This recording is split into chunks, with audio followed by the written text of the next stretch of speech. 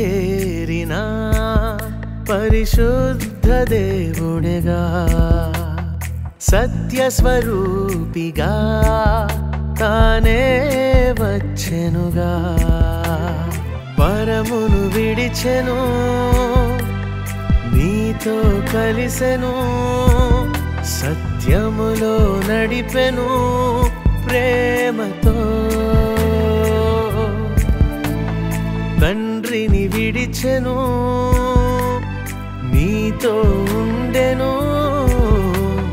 నీతిని నేర్పెను ప్రేమతో తానే నీకై అన్నై అన్ని సదా విడిచెను